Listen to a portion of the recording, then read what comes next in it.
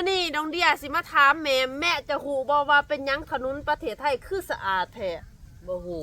แล้วจะคิดว่าถนนไทยนี่สะอาดบ่แม่สะอาดมีทงอย่างบ่บ่มีมีอยากเห็นบ่ว่าเกิดอีหยังขึ้นถึงสะอาดแบบนั้นอยากเห็นเนาะกับสบายดีพ่อพี่น้องเบ้อสุขคนน้องมื้อนี้ก็เขาสู่ทั้งสองน้องเดียสาวลาวคือเก่ามื้อนี้ก็มากับคุณหญิงแม่คือเก่าเนาะพ่อพี่น้องกับสบายดีพ่อแม่พี่น้องเบ้อทุกคนเนาะกับมื้อนี้ก็เขาสู่ทั้งสองน้องเดียสาวลาวคือเก่าก็บ่พบพ่อกับแม่น้องเดียคือเก่าเนาะพ่อแม่พี่น้องบ่ได้เขาคลิปหล่นๆหลายแล้วก็หลงลืมแม่ตอนนี้อยากเห็นได้แม่นบ่แม่อยากเห็นแหละป้าพ่อพี่น้องน้องเดียจะพาแม่ไปเบิ่งว่าเพราะอีหยังเกิดอีหยังขึ้นถนนประเทศไทยถึงได้สะอาดได้มากขนาดนี้ก่อนอื่นน้องเดียก็ต้องกราบขออนุญาตทั้งเจ้าของสองเด้อที่จะนำคลิปวิดีโอนี้มารีแอคชั่นต่อเนาะน้องเดียเอาคลิปนี้มาจากสองคุณพิมพ์เนาะพ่อพี่น้องไปตอนนี้พาแม่ไปรับชมคลิปพร้อมๆกันแต่ต้องบอกก่อนว่าแม่น้องเดียนี่เราอยากไปเที่ยวประเทศไทยแฮงเนาะแต่ว่าน้องเดียตอนนี้ยังบ่ทันมีเงินเนาะเอาเงินไปลงทุนเบิดแล้วเนาะแม่เนาะก็หาเงินทางคลิปนี่แหละบ่ฮู้ว่าจะมี FC เบิ่งคลิปน้องเดียกับแม่หรือบ่ไปตอนนี้ไปรับชมคลิปพร้อมๆกันเลยเส้นแรกทุกคนถนนเส้นแรกบ่พิมพ์ก็บ่ฮู้ดอกว่าคือถนนสายในเส้นในแต่ว่าอยากจะให้ทุกคนได้เห็นว่านี่คือการทำความสะอาดรางถนนของพี่น้องชาวไทยอยู่ที่เมืองไทยนะทุกคนถือว่าแบบรางแบบเป็นจริงเป็นจังเลยนะทุกคนบ่พิมพ์ต้องเข้าบอกตั้งแต่ต้นคลิปก่อนว่าเป็นอย่างจริงเอาคลิปแบบนี้มาให้ทุกคนดูแล้วก็เป็นอย่างต้องทำคลิปแบบนี้ทุกคนเพราะว่าถ้าว่าจะเทียบอยู่ที่บ้านของบ่พิมพ์อยู่ตอนนี้ทุกคนบ่มีจะบ่ได้เฮ็ดทำแบบนี้นะทุกคนอย่างน้อยก็เพียงแค่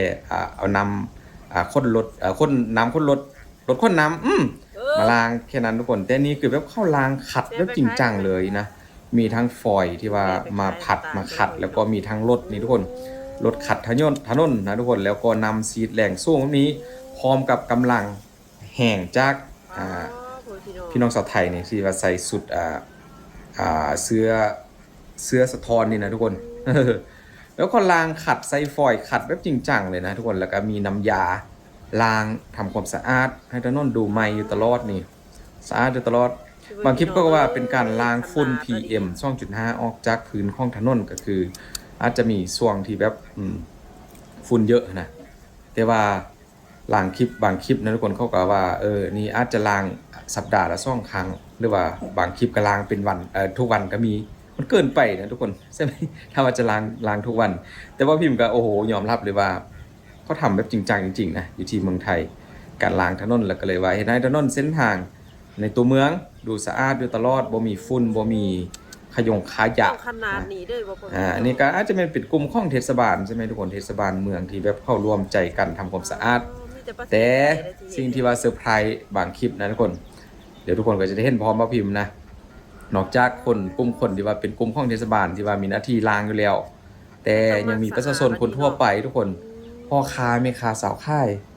เขาก็มารวมกันล้างอันนี้มันคือเป็นสิ่งที่แบบโอ้โหว่าพิมพ์ว่าบ่มีประเทศใดที่ว่าเขาทำดอกนะมีแต่เมืองไทยนี่แหละที่ว่าร่วมใจกันทำคนทุกส่วนสั้นมันร่วมกันทำความสะอาดนี่บันไดก็ล้างหมดพี่น้องล้างทุกจุดทุกที่นะล้างขัดล้างเงานี่นำแหล่งส่งซีดใช้ฟอยล์คูดผัดไปทุกคนนี่แล้วก็มีกลุ่มที่ว่าใส่เสื้อเรื่องมันนี่แด่นะที่เข้ามาช่วยกันล้างโอ้โหพี่น้องมันก็สกปรกจริงๆนะคนนี้บอกสังเกตนำที่ว่าเปลี่ยนเป็นนำสีดำนำเปื้อนนำสกปรกกันเลยมีรถนำซีดใส่ให้ตลอดเวลานะแล้วก็เห็นพ้นได้จริงเลยว่าถนนมันสะอาดจริงๆนะทางเดินทางเท้าทุกอย่างนี่จะมีการโรยพ่งเหมือนกับพ่งเดียวว่ามันทำความสะอาดพื้นนะทุกคนนึงโรยคนนึงกับผัดหลายคนกับผัดช่วยกันนี่ผัดเกี่ยวโอ้โหคราบสกปรกนี่หายไปเลยทุกคนนี่คือคลิปนี้กันทุกคนเขาก็ว่าเป็นกลุ่มชาวบ้านเนี่ยที่ว่ามาช่วยกันทำความสะอาดนะใส่สุดสีส้มนี่นะทุกคนช่วยกันทำความสะอาดเพราะว่ามันเป็นพื้นที่ที่ว่าค่อนข้างจะกว้างแล้วก็เป็นลานที่ว่ากว้างไล่ซีดนำแล้วก็ใส่น้ำยาเข้าไปแล้วก็ขัดเกาให้มันช่วยให้มันสะอาดนี่บอกคนใส่น้ำยาก็ใส่ไปเป็นพ่งยานี่แหละอย่าล้างพื้นนะทุกคน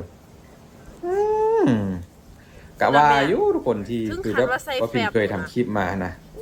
สังเกตว่าเส้นทางของประเทศไทยและทางฟุตบาทยังก็ตามแต่มันจะสวยงามตลอดนี่จุดที่ว่าเป็นถ ถนนหลักๆก็จะมีการกวดมารวมกันไว้แล้วก็ตักใส่กระสอบนะทุกคน แม่น ตักใส่กระสอบอันนั้นจะเป็นเศษฝุ่น แปลกใจเด้ว่า ละออง เป็นหยังถนนประเท แล้ว ศ ก็ ไทยถึงสะอาด กวดแล้ว ใหม่ ตัก ตลอดเวลานาะ เศษฝุ่นนอกแล้วก็จะมีการเอารถมาซีดนำเติมมานึงนี่แล้วก็พี่น้องชาวไทยเห็นบ่ทุกคนใส่ชุดธรรมดาก็มีนะมาช่วยกันขัดเกลาถนนเส้นทางของบ้านของเมืองให้มันสวยงาม บางที โอ้ มันมัก พี่น้อง สะาดแล้วดี บ่แม่นทำลิ้นๆนะ นี่ถนนอย่างว่า ทำจริงๆจังๆเลยเห็นบ่หลายคนแฮงมีหน่วยงานรัฐแดเอกชนแดประชาชนแดช่วยกันแป๊บเดียวก็เสร็จนะผู้ใดมีอุปกรณ์ก็เอามาขัดมาพุดทูมาเกาสังเกตว่าน่าจะมีอุปกรณ์ส่วนตัวได้ใส่อยู่บ้านแล้วมาขัดช่วยนี่ แปลว่าเพิ่นมาซอย จุดที่ กัน ว่านั่งรอท่าทุกคนจุดนั่งรอท่ารถมีก็ถือว่ามีการขัดทำความสะอาดเมื่อทุกอย่างโอ้โหนี่คือเมืองไทยแบบเขาทำแบบ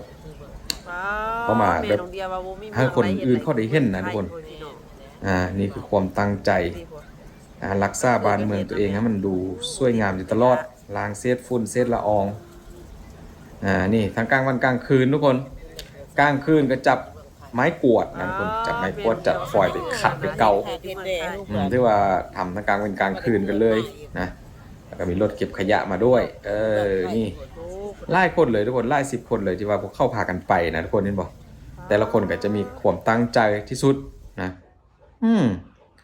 นี่ก็น่าจะเป็นสถานที่อนุสาวรีย์ทุกคนโอ้โหกองขยะนี่ก็คลิปนี้น่าจะเป็นร่างสงกรานต์นี่แหละทุกคนร่างสงกรานต์จบแล้วก็มีการไปอนามัยบางพื้นที่นะเขาก็จะช่วยกันทุกคนนี่ใส่เสื้อใส่สูทครบกันเลยนะนี่ก็เป็นซีซั่นในช่วงนี้ทุกคนที่ว่ามีไล่จุดกันเลยที่ว่าพิมพ์ให้ดูนี่ก็เป็นถนนข้าวสารทุกคนถนนข้าวสารก็มีการทำความสะอาดนะมีรถนำมาซีดให้พี่น้องประชาชนอยู่ใกล้เคียงกันมาช่วยล้างถนนให้มันสวยงามเหมือนกับหน้าบ้านที่ว่าอยู่ในบ้านของตัวเองในรั้วของตัวเองเลยนะเขาทำความสะอาดนอกจากนั้นทุกคนต้นไม้ก็มีการล้างทุกอย่างล้างฝุ่นละอองฝุ่น PM ออกนะขัดพื้นทู่พื้นต้นไม้ที่ว่าอยู่ข้างทางอยู่ถึงฟุตบาทก็มีการขัดมีการซีดนำล้างใบไม้ให้สดชื่นให้สวยงามกันทุกคนนี่บอกเขาจะขัดเป็นจริงเป็นจังนะคุณโบแมนทำแบบทำทิมทำควงนะโบแมนนะทุกคนนี่คือแบบช่วยกันล้างแท้ๆเลยพี่น้องนี่แหละว่าพิมพ์ได้คำตอบแล้วทุกคนว่าเส้นทางของประเทศไทยเป็นอย่างมันคือว่าสวยงามอยู่ตลอดก็คือเข้าทำกันถึงขนาดนี้นะใส่รถมาซีดแล้วก็ใส่น้ำยามาลวยใส่แล้วก็คนขัดผัดรถขัดถนนมาช่วยอีกตึมนะทุกคนนี่ทำกันจนถึงเย็นถึงค่ำกันแหละทุกคนแต่ละเส้นแต่ละสายแต่ละที่แต่ว่าโดยส่วนใหญ่ที่ว่าเห็นนี่ก็จะเป็นเส้นทางที่ว่าอยู่ในตัวเมืองนะที่ว่าเขามีการทำเพราะว่าเขตสานเมืองก็คงจะสะอาดอยู่แล้วแหละเพราะว่ามันก็บ่ค่อยมีอะไรนะเพราะเอิ้นบ่มีหมู่บ้านกับมีสิ่งสกปรกมีเศษขี้เหงื่อหลายแต่ว่าในตัวเมืองนี่คนใช้ชีวิตหลายมันอาจจะเปื้อนต้องทำความสะอาดนี่อยู่บ่อยๆนะขัดไปแล้วทุกคนโอ้โหใหม่กิ๊บใหม่กิ๊บเลยทุกคนสวยมากนี่ก็เป็นอีกตึมไ